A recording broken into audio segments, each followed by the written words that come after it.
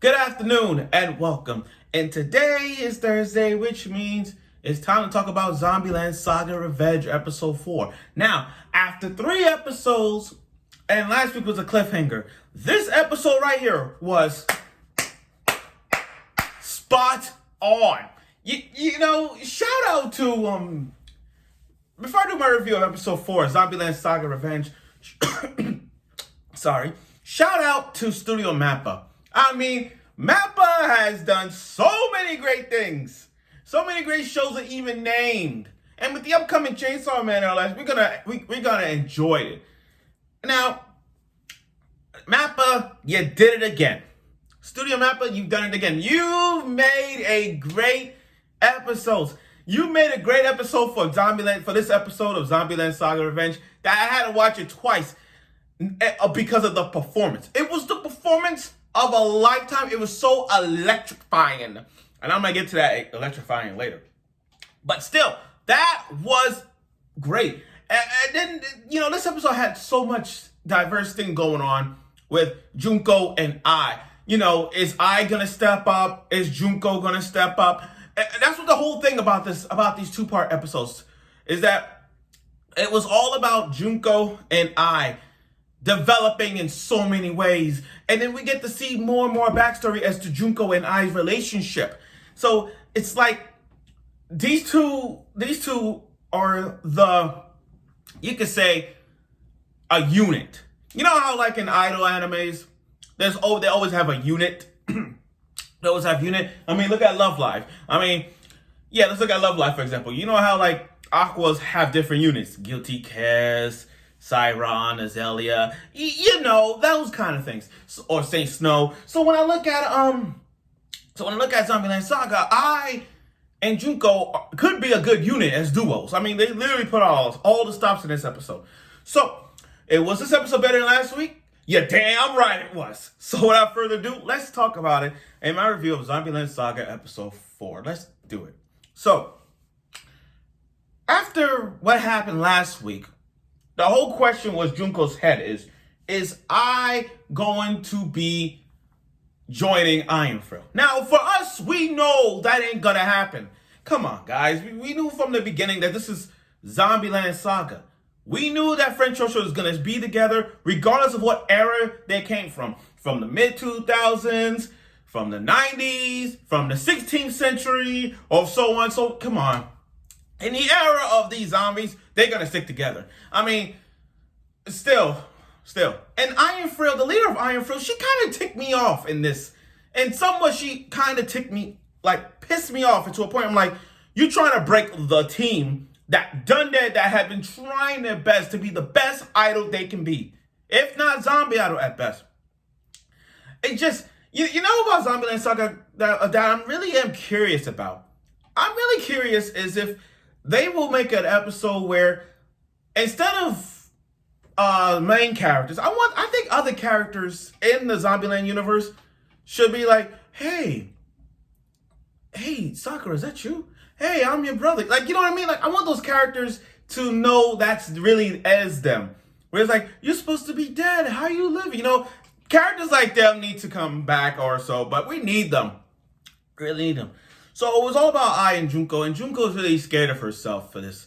I mean, really timid about what to do. Like, she don't know how can she be a good leader. Like, that's the whole problem with her. She doesn't know how to adapt in the leader role of Franchouchou. Now that I is not in it, you know. And there were some doubts. Junko had doubts. Like, with a team like this, I don't think we can make it because I is the leader.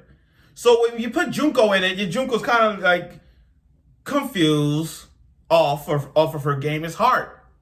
It really is hard. Now, Tai, hold on. Now, here's the thing. And I'm still bucking. What is Tai? Who is Tai? That's what I'm trying to figure out. Because she did her drum solo like this.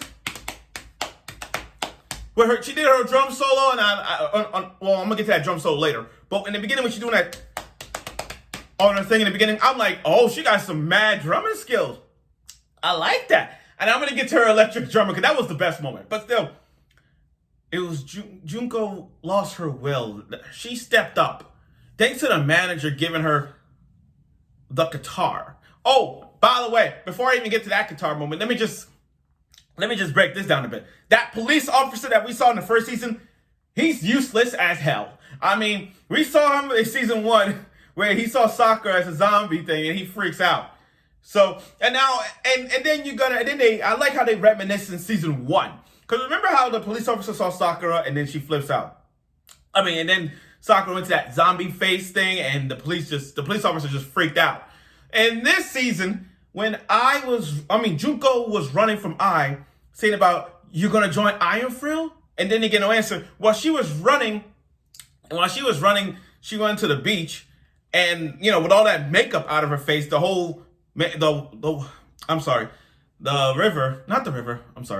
beach water, whatever. The water took all that makeup off. And then the police officers that same guy went up to her and Junko's face freaked out. Junko's face, the real life zombie face freaked him out. He's going to get PTSD from this. He's going to get a lot. He has TD. Well, my point is he's going to be in those little corners like, he's going to freak out. Again, props for them bringing back the nostalgia of season 1. You brought the realistic zombie face next. What's next? You going to bring a Truck Coon back? If they bring Truck Coon back, oh my God, you're making my day. Now the manager is talking to Junko and let it go. Not let it go. Stop. Just be yourself. Be a true leader to Franchouchou and the others. They rely on you and don't give up kind of method. And he gave her the guitar. And I'm gonna get to that guitar performance too, because there's a lot to talk about in this episode that really was freaking good. I can't even gasp in what I've been watching. But let's go on. So I stepped out. She didn't want to see this. I mean, I just watched with the manager, and the leader of Iron Fro was like, you do know they suck. There's no way that they're going to be better than us. And due to I's leadership, she's like, trust me, don't underestimate them. I may not be in their group right now, but trust me, they are better than what you think. So be amazed by it. And then, how do you open and start stuff with Ty and her drum solo? She went in like, yo, Ty and her drum solo. Literally, when I first saw that drum solo, guys, it literally reminded me of Masking from RAS, Razor Sulin. And if you watch Bang Dream, and if you watch Razors, and if you know Razor Sulin, and if you know Masking, understand, her drum solo is like, I'm like, damn. I mean, she's a better drum solo than Bakugo for My Hero. And I hate that son of a bitch. And I really don't like Bakugo. He's so mean, I don't give a damn. But still, when Ty's drum solo, it was I'm like, damn. I mean, I understand doing this in the beginning with the can, but for you to go out there with the drumsticks, Ty, wow. I mean, I understand Ty is the comedian in Franchouchou. She's more the comedian type, but there's something about Ty that says, you know what? She will talk. She has to talk. Forget her being like, forget her being all like zombie thing. I really want to know how, like, what language she speaks, where she came from. Like, there's so many questions not answered. But Ty, with her drum solo, was just like, that's it. And then you got the guitar solo. I gotta give props to Junko on her guitar solo. That was awesome. I'm like, wow. I'm looking at Bang Dream right now. I'm looking at Bang Dream. There's absolutely nothing I can say to say, you know what? Hey, it makes me want to get Nandroids of all the Zombieland girls now. I really want to do that. And their performance was electrifying. Like, it was beautiful. Beautiful. The performance was great. Characters side characters from season 1 was there watching the performance. It was great. And then all of a sudden, as soon as the performance ends, Junko grabbed the guitar and like, boom, break the whole shit. It's like one of those like classic. It's like one of those classic rock band concerts, like, you know, when the leader, the guitar, you know, was singing all this the guitar, and then after the end of it, like, boom, boom, boom, rock on. And that's how it is. So when Junko broke that guitar, the manager got so sad because all that hard work he had on that guitar. And then and during the performance, we got to see somewhat of flashbacks. We got to see, what's her face? We got to see, I liked Junko's comments on her video. Because remember, if you remember back then, Junko used to play guitar. So when we saw seeing Junko, I just loved her performance, her voice, and all that. Motivate, like, she loves Junko so much. And the bond that those two have was great. The bond that they have throughout the season is really showing that they're growing. And then almost towards the end, you got I running towards Junko, grabbed her, and they both fell in the electrical cords. But yo, talk about a huge performance. What I mean is, there was a huge performance. They were in electricity, and they were moving while in static electricity. They were moving like, it's like going to those laser light shows. And it was great, especially with Ty. Ty comes out in the center, and the electrical wings coming out of her back. And it was like, what? It was such a good performance. I know I'm going loud, but damn, that was hella loud. Oh, but damn, I'm sorry, I'm going a little hype. But still, that was one of the best performances I've seen so far from season 2. I know we got other episodes go on, but damn, that was good. And I like how Junko actually stepped up, pulled I from I and Fro leader and said, she's one of us. Okay, so that means we're not gonna have her join I and Fro. So we knew that was gonna happen. But then at the end, this is where I and Fro became now a threat. In their news conference, they consider Franchouchou as a rivalry now. They consider him as a rivalry. That is one step closer to know Franchouchou being a threat of idols. So for all you idol fans in the Saga universe, understand that Franchouchou is a threat to society, is a threat towards the Saga, towards all idols. Besides us, Iron Frill. Now that Iron Frill sees Franchouchou as a rival now, and not a joke anymore. Now they see him as a rival. It's just to say that, you know, Iron Frill, you better keep an eye on Franchouchou, and Franchouchou better keep an eye on Iron Frill, because these two idols are gonna clash. They're gonna clash, and I'm pretty sure that in the last episode they will do a final performance. Iron Frill performing and Franchouchou performing, and we're gonna have to see them going at it. There. So basically what I'm saying is, overall, this episode was great. I love the performance that Franchouchou has done, and the development that I has and Junko has was really spot on. I love it. This is a very good episode. This is a very, very, very, very, very, very, very, very good episode.